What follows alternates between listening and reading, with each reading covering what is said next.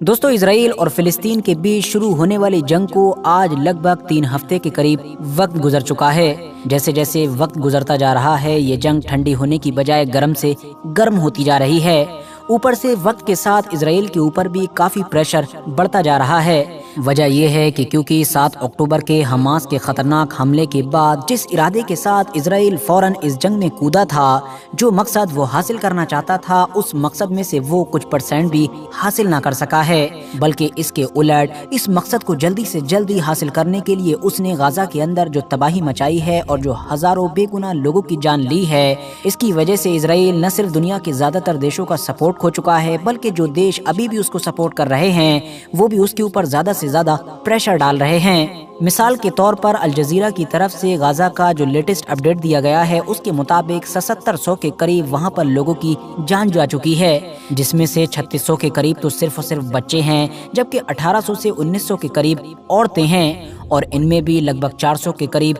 बूढ़े लोग शामिल हैं। तो अब अगर इन तीनों ही कैटेगरी के लोगों को मिला लिया जाए तो ये 5500 से 6000 के करीब बनते हैं। अब मरने वाले लोगों में जवान लोगों की तादाद सिर्फ 1700 के करीब रह गई, और इसमें से भी कितने लोग हमास से जुड़े हुए थे या कितने आम लोग थे, ये तो हम में से कोई भी नहीं जानता है। तो कुल मिलाकर ये रिपोर्ट भी इसी तरह का इशारा देती है कि जिस तरह की तबाही इसराइल ने एयर स्ट्राइक्स की मदद से गाजा में मचाई है, उस तरह का नुकसान या फिर उससे आधा या आधे से भी आधा नुकसान वो हमास को नहीं पहुंचा सका है। इस चीज का एक बड़ा सबूत ये भी है कि पिछले 3 हफ्तों के अंदर ये भी महसूस किया गया है कि जब जब इसराइल की तरफ से हमास को बड़ी बड़ी धमकियां दी गई और जब जब एक साथ बहुत जगह पर एयर स्ट्राइक्स की गई, तो उसके जवाब में हमास की तरफ से और भी बड़ी तेजी के साथ रॉकेट्स छोड़े गए। फिलहाल ये बात तो न सिर्फ अमेरिकी और इजरायली एक्सपर्ट्स की तरफ से ही, बल्कि दुनिया के बाकी इलाकों के एक्सपर्ट्स की तरफ से भी क्लियर कर ही दी गई है कि अगर वाकई इसराइल को हमास से मुकाबला करना है और उसको खत्म करना है, तो इसराइल को हर हाल में गाजा की जमीन पर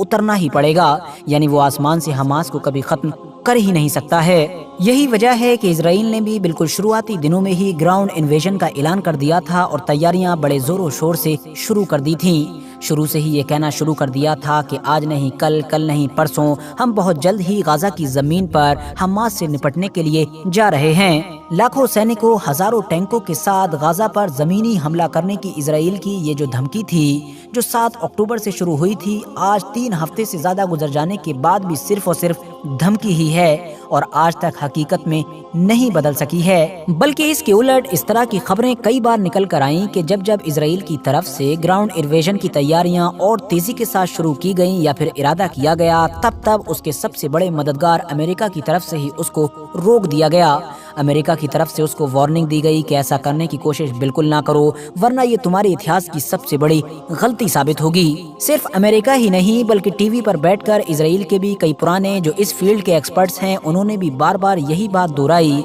कि गाजा का ग्राउंड इन्वेजन इसराइल के लिए सबसे बड़ी भूल साबित होगा, बल्कि ये तो एक जाल है कि जो हमास ने इसराइल के लिए बिछाया है और हमास खुद ही चाहता है कि इसराइल आए, और अगर इसराइल गया तो यकीनी तौर पर वो फंस कर रह जाएगा। इवन 2-3 दिन पहले तो कुछ इस तरह की रिपोर्ट्स भी गर्दिश कर रही थीं कि जिसमें ये बताया जा रहा था कि इसराइल की मिलिट्री पूरी तरीके से तैयार है। उसके बड़े बड़े ऑफिसर्स ने जब अपनी गवर्नमेंट से ग्राउंड इन्वेजन मतलब कि जमीनी हमला करने की इजाजत मांगी, तो वहाँ के प्रधानमंत्री मतलब नेतन्याहू ने खुद ही सिग्नेचर करने से मना कर दिया। नेतन्याहू ने शायद ऐसा इसलिए किया क्योंकि नेतन्याहू को भी ये खतरा सता रहा है कि अगर ग्राउंड इन्वेजन फेल हुआ तो राजनीतिक करियर पूरी तरीके से संकट में आ जाएगा। मगर दोस्तों, अब आखिर में सवाल यही है कि आखिर इसराइल जैसी एक बड़ी ताकत कि जिसके पास न सिर्फ अमेरिका का ही भरपूर सपोर्ट है, बल्कि यूरोपियन यूनियन और नाटो जैसे बड़े ग्रुप भी पूरी तरीके से उसके साथ खड़े हुए नजर आ रहे हैं, फिर भी वो गाजा जैसे एक छोटे से इलाके पर जमीनी हमला करने की हिम्मत क्यों नहीं जुटा पा रहा है, बावजूद इसके कि उसको पता है कि उसके मुकाबले में जो हमास नाम का ग्रुप है वो न सिर्फ साइज में ही उससे कई गुना छोटा है, बल्कि ताकत के मामले में भी उसके सामने दूर दूर तक नजर नहीं आता है, क्योंकि हमास के पास ना तो इसराइल की तरह एडवांस हथियार मौजूद हैं और न ही दुनिया का कोई भी देश उसको खुलकर सपोर्ट करता है। हाँ दोस्तों, जमीन के नीचे सुरंगों का वो जाल कि जो पिछले कई सालों में हमास ने बड़ी तेजी के साथ तैयार किया है, बल्कि गाजा के बारे में तो ये माना जाता है कि ये गाजा पट्टी जितनी ऊपर आबाद है उससे कहीं ज्यादा जमीन के नीचे आबाद है। मतलब कि हमास के लोगों ने अंडरग्राउंड पूरे के पूरे शहर बसा रखे हैं और हमास नाम का ये पूरा का पूरा ग्रुप जमीन के नीचे से ही ऑपरेट करता है। ان کے نہ صرف سارے لڑاکے ہی زمین کے نیچے رہتے ہیں بلکہ ان کے سارے ہتھیار، ان کی ساری ٹریننگ اور ان کا سارا کام، ان کی ساری پلاننگ سب کچھ زمین کے نیچے سے ہی ہوتی ہے۔ اور یہی وجہ ہے کہ پچھلے 3 ہفتوں سے لگاتار اسرائیل غزہ کے اوپر جس طرح کی بمباری کر رہا تھا اس سے تو شاید حماس پوری طریقے سے ختم ہو جانا چاہیے تھا،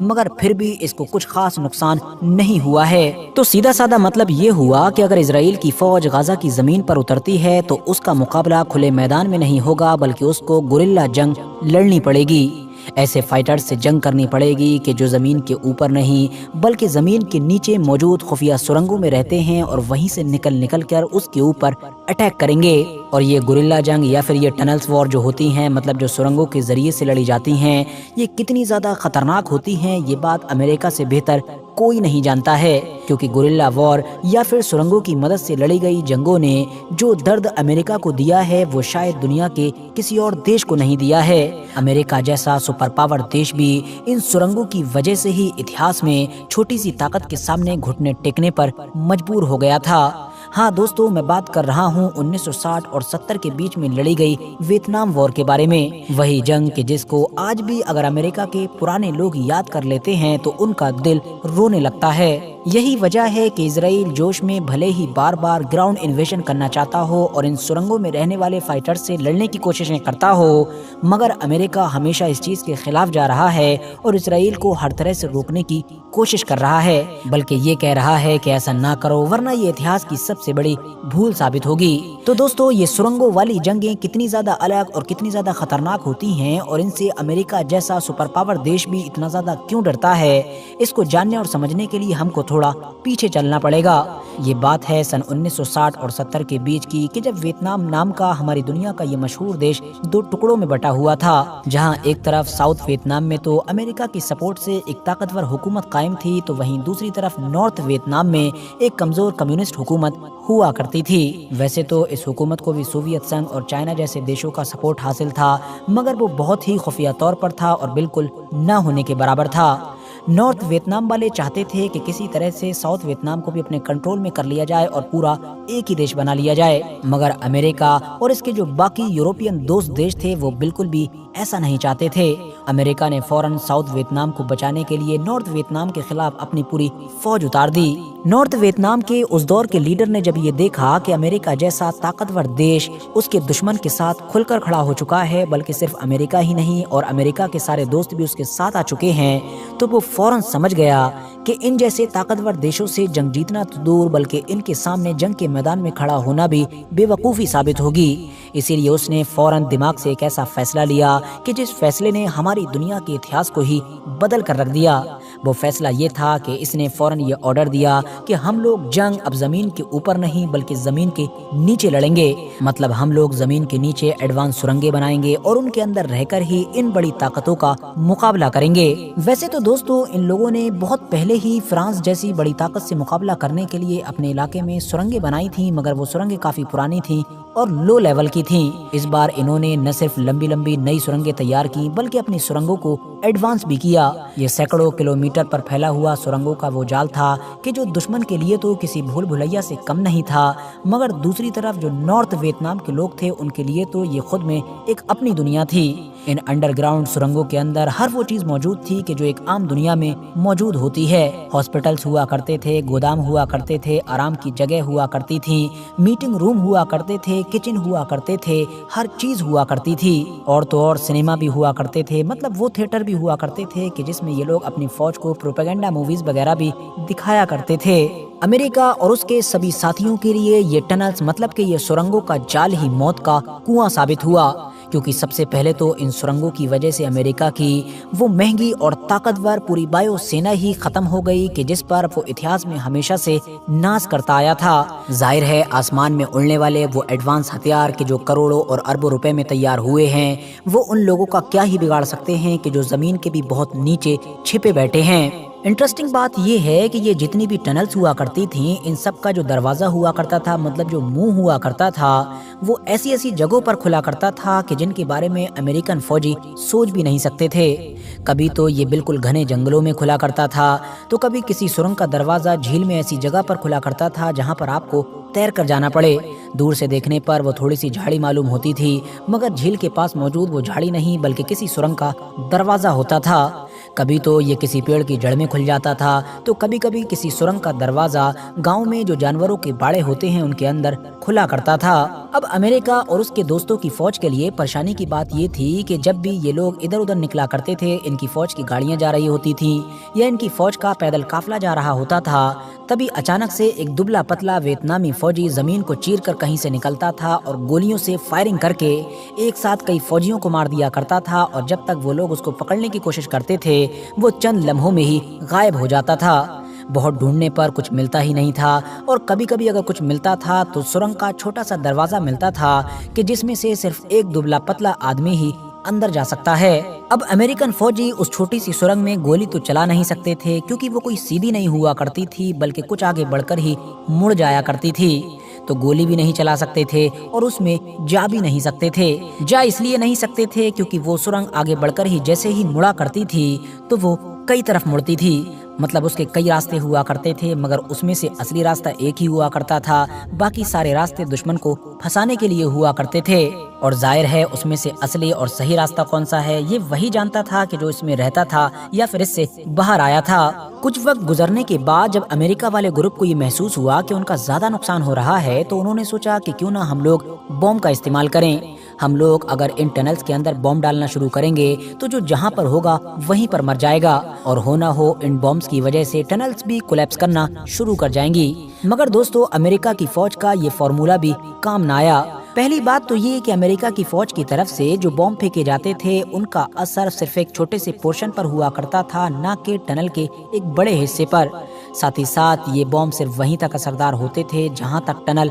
मुड़ी हुई ना हो, मगर सुरंग तो थोड़ी थोड़ी देर बाद पूरी मुड़ जाती थी। और इसके अलावा अंडरग्राउंड सुरंगों में रहने वाले फौजियों का ये दस्तूर भी था कि जहां पर सुरंग मुड़ा करती थी वहां पर वो पत्थर या फिर लकड़ी के जरिए से कोई दरवाजा बनाकर लगा दिया करते थे। तो इस तरह से अब बॉम्ब का असर आगे बढ़ता ही नहीं था। इसके बाद अमेरिका की फौज की तरफ से ये भी फैसला किया गया कि क्यों ना जहरीली गैसों का इस्तेमाल किया जाए। जहरीली गैसेस को ये लोग किसी भी तरह से रोक नहीं सकेंगे, और जो टनल्स के अंदर जहां पर भी होगा वो वहीं पर खत्म हो जाएगा। मगर दोस्तों, खुफिया सुरंगों में रहने वाली फौज ने इसका हल भी कुछ इस तरह से निकाला कि उन्होंने अब अपनी सुरंगों के जो मेन दरवाजे हुआ करते थे उनके अलावा भी कुछ कुछ दूरी पर छोटे छोटे खुफिया सुराखों की तरह एक बड़े एरिए खोलना शुरू कर दिए। तो होता ये था कि अगर जहरीली गैसेस छोड़ी भी जाती थी तो जैसा कि मैंने आपको पहले ही बताया कि हर मोड़ पर पत्थर या लकड़ी का दरवाजा हुआ करता था, उसको बंद कर दिया जाता था ताकि ये गैसेस आगे ना आए। और जिन हिस्सों में ये गैसेस ऑलरेडी फैल भी चुकी होती थी तो धीरे धीरे उन्हीं सुराखों से ये गैसेस निकल जाती थी कि जो ऑलरेडी बनाए गए थे। अंडरग्राउंड सुरंगों में रहने वाले ये फौजी पूरा दिन आराम किया करते थे, जबकि रात का अंधेरा होते ही ये खुफिया रास्तों से बाहर निकला करते थे। बाहर निकलते ही अपना मिशन शुरू किया करते थे, और इनका मिशन हुआ करता था सिर्फ और सिर्फ अमेरिका और उसके दोस्तों की फौज को नुकसान पहुंचाना। कभी कोई अकेले में फौजी मिल जाता तो उसको कत्ल कर देते, वरना ये बहुत सारे बॉम्ब्स वगैरह को फिट करते। ऐसे बॉम्ब्स और ऐसे हथियारों को फिट करते कि जिन पर पैर पड़ने से या फिर किसी गाड़ी का टायर पड़ने से वो फौरन फट पड़े। और इस तरह से ये एक बार में ही कई अमेरिकी फौजियों की जान ले लेते थे। ये सारा काम इनको उजाला फैलने से पहले पहले करना होता था, क्योंकि दिन निकलने से पहले ही ये अपने ठिकानों पर वापस आ जाते थे। साथ ही साथ अपनी जरूरत का वो सारा सामान भी इकट्ठा करके सुरंगों में ले जाते थे कि जिनकी इनको जरूरत हुआ करती थी। जैसे जैसे वक्त गुजरता जा रहा था, अमेरिका के लिए हालात पहले से बुरे होते जा रहे थे। हर गुजरते दिन के साथ अमेरिका का नुकसान भी बढ़ता जा रहा था। फिलहाल अमेरिका ने इन खुफिया सुरंगों से निपटने के लिए कई पैतरे अपनाए, बल्कि उसने तो अपने ही फौज के कई लोगों को स्पेशल ट्रेनिंग भी देना शुरू कर दी ताकि वो लोग भी इन्हीं खुफिया सुरंगों में जाकर उन लोगों का मुकाबला कर सकें कि जो इसके अंदर छुपे बैठे हैं। मगर फिर भी अमेरिका नाकाम ही रहा। और फिर 1975 में वो दिन भी आया कि जब पूरी दुनिया देख रही थी कि अमेरिका और उसके साथी फौजियों को